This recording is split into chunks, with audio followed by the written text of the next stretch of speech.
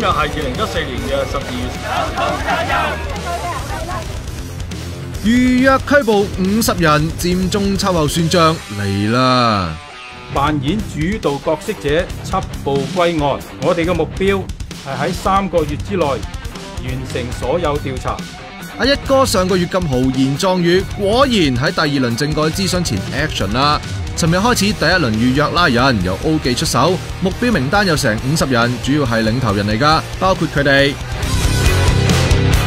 黎智英就咁啱唔喺香港，消息話警方係先撥個輪預約，佢哋唔應約先會上門拉人。尋日揾到最少14個人，大部分都係今個月15到22號去灣仔警署助查，控罪資料人人唔同，包括召集、組織或者參與未經批准集結或者非法集結，但係就冇講涉案時間同地點。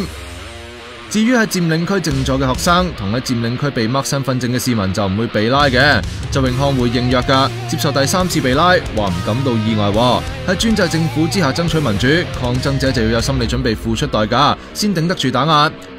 張秀賢就話中大同學授權佢做代表，被拉係避無可避，用學生會會長身份被拉，與有榮焉咁話。有啲咩留翻喺法庭先講咯。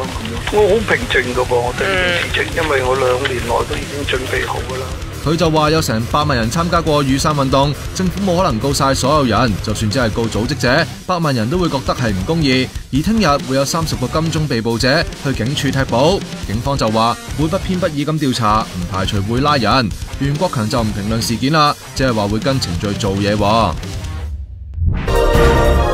拎起手機，人人都係記者，人人都係評論員，一錘定音，籌劃緊一個公民平台，我哋需要你嘅意見。